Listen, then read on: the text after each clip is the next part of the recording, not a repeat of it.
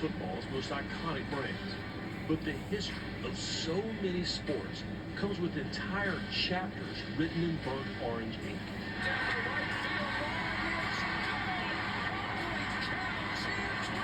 The winningest team in college baseball history. The Longhorns have also won 6 College World Series titles in 5 different decades, with leaders like Augie Garrido and legends like Roger Clemens. The Horns own 4 NCAA men's golf titles, thanks to major winners like Ben Crenshaw, Tom Kite, and Jordan Spieth. They claim 4 volleyball medals with a chance for a 3-peat next season. Texas comes from way back. 11 indoor and outdoor women's track and field championships. And talk about a high tide of titles. Texas men's swimming has won 45 consecutive conference championships, dating back to the Southwest Conference, and 15 national titles. Everything does indeed come big in Texas, especially the trophy case. Look at all those trophies. Texas athletics, nothing quite like it. Welcome back to Texas. Texas And Austin, Texas. Welcoming Texas into the SEC. We also got to finish At the University of Texas at Austin. What a gorgeous evening it is, and a night for celebration, a night for a party as we welcome the Longhorns into the Southeastern Conference. We're so glad that you have chosen to spend this time with us as we see so many fans here too who have made their way over this way. And now it's time to welcome in the athletic director of Texas, Chris Del Conte, as well as their new baseball coach, Jim Schlossnagle. We're going to get to baseball in a moment because Texas baseball, there's a lot to talk about there. But first, Chris, I just want to start with you. This feels like a friend reunion between the two of you. You know each other well. How is it to have him sitting on this couch next to you wearing the Longhorn logo? I just met him. Hi. Hey, how you doing? Nice to meet you. Yeah, good to see you. Yeah. I mean, it's exciting we have we've been knowing each other for years, and when I left to go to Texas, the hardest conversation I had was with Jim. Dear friends, we've shared families together, life together. We walked every Sunday after church, so it's just one of those things where never thought it was possible, and it just came to fruition. You know what a lot of people may not have thought was possible is to see Texas join the SEC, but it feels like such a great fit to all of us. And I know there's been so much that's happened behind the scenes, but now that it's here tonight, you see your fans show up this way, what does it mean to you? It's interesting. It's been a 3-year journey, right? The old tagline, it just means more. I think I'm really proud of our coaches and our student athletes that we live where our feet are. We decided not to put SEC anywhere until today. We wanted our kids and our student athletes to focus solely on the Big 12. We won 15 conference championships this year, 2 national championships, and the Directors' Cup. And we were really intentional about that. And today is just like, we're going to celebrate today, and we'll turn the page tomorrow and get to work. Chris, you mentioned the Directors' Cup. No one needs to prop up what you have done here. But I was thinking the other day, I get a question all the time, is that school SEC ready? You are already SEC ready, but you seem like you went a step further, and you went up the road and brought him back with you. You didn't have to do that, did you?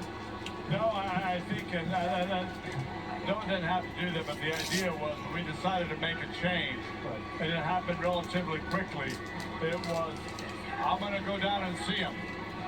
I wanted to have a personal, I'm like an old school guy that still, when I asked my wife on a date, I went and saw it in person. Now they do it on the Twitter. I don't even know how that works.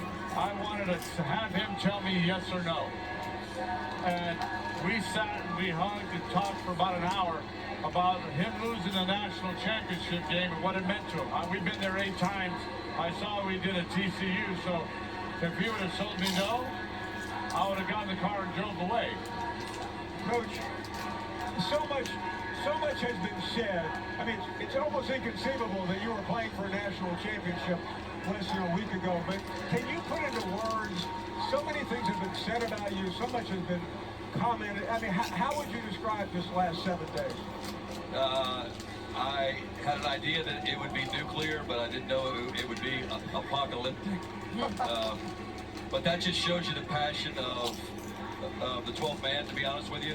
I mean, I think you can't ask people to be passionate and support your program the way I did when I was there, or the way you do it when you're at a great school like that. And then when something negative happens or a change, then there's going to be a reaction to that. And so it wasn't by design. I don't wish anybody bad future. Certainly they just hired one of our assistant coaches, and I'm excited for Coach Early, but this was just an opportunity for me to be with Chris and to do something special at a place that's been to more College World Series than any other school. Not to dig up bones, but you've said a few things since you left that have made it easier to understand. Can you just talk for a second, not to go backwards, but it didn't appear after some of the things I read that it was as simple as, or maybe as nuclear as many made it out to be. Yeah, I mean, I think you just, I don't think there's any tipping point reason. It was just, I took a job under one pretense with an athletic director, Ross Bjork, and Trev, I think, is going to do great things at Texas A&M. There were some things that led me to, it just became a different job, and there's a lot of uncertainty in college athletics, as we all know, and there's going to be uncertainty everywhere, but the one thing I know of that is relatively certain is my relationship with Chris, and that's not a negative on Texas A&M. You know, they're going to think what they want to think, and that's okay, but it was just more of my relationship with Chris. I don't want to coach forever, and so for the remainder, which I do want to coach, I wanted to have some certainty with the future. And again, I think A&M is going to do great things, but University of Texas, it was just too much to walk away from. You don't waste time getting your brand new shoes. Yeah, no, he's ready to go. Hey, we know where the gear's at. I know somebody. Did you already know the shoe size? Get him You some didn't give gear. me time to pack. I promise we're moving past this. I am curious, Coach, just knowing you for all these years, when you look back on the last week, is there anything you do differently? On the last what? On the last week, is there anything you do differently? Sure, I wish I would have answered that question in the press conference differently. I think coaches, that's a hard question to answer. It's a really hard question to answer 20 minutes after the last out of the national championship game. But I apologize for that, and I that young man didn't deserve that. But so it is what that is. I don't think anybody can do anything about the timing of it, because if you wait 2 days, what does that do to A&M? I wish those kids could be celebrated. They should be celebrated. That team should be celebrated. I'm glad that Coach Early got the job, because they hired one of our staff, so they could really celebrate that team, and they deserve being celebrated. But the timing's never clean in any of these things. I think Coach Elko didn't get to meet with his team when he left Duke for A&M, and there's just no way to meet with the entire team before you can do that. Let's celebrate Texas baseball a little bit here, because this is a program that you're very familiar with, having had to coach against this team for so many years. What do you bring to the table to continue this Texas baseball prominence? Well, they've had 6 coaches in over 100 years. I mean, I think I'm the 6th coach. And when you look at the names like Bibb, Falk, Garrido, Gustafson, Coach Pierce did an awesome job. So there's a standard here of excellence that is already set up in the SEC. So we just got to go get great players, coach them up, and we got a big schedule ahead of us, that's for sure. And Chris, when you think about Coach's familiarity with the SEC and the excellence of baseball in this league, how much did that impact your decision outside of just your personal knowledge of who he is as a man? I mean, the SEC is great at every sport. It's amazing how deep the league is, right? When you asked earlier if we're SEC ready, you had Oklahoma and Texas playing in the softball national championship. You had Arkansas and Florida win the track championship. You have South Carolina, what Don Staley's done there is amazing. The depth of the league is incredible.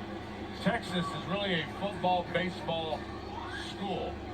Darrell Roy, when you think about us winning 4 championships, we've been to Omaha 38 times, and baseball won 6 championships. It's who we are. And predicated on where we were going, I knew what it was going to be like. And if you're going to make a change at Texas, it has to be quick. If you wait to draw it out, everyone gets a raise. It's ridiculous. So it's, you know what I'm saying? So at the end of the day, if you're going to make a change, you better have focus, you better have a plan, and you better execute it quick. Because if you don't, everyone's now saying, quote Texas called. Yeah. Right, and you don't want to do that. It's well said by one of the best to do it at Athletic Director. Thanks to Chris Del Conte and Jim Schlossnagle for being with us here. We appreciate you guys so much. And this is a whole lot of fun. I'm really excited to have Texas as a part of our daily conversations, even more than they already would. Thanks to you too, Paul. Let's go to Marty and Jimmy. They have a special guest over at our SEC Network open house. That's right, Laura. Former Longhorns wide receiver Quan Cosby caught the game-winning touchdown in the Fiesta Bowl in 09 against the Ohio State Buckeyes. He joins Jimmy and me now, and congratulations, okay, you caught a game winner, bro, but because producer Randy went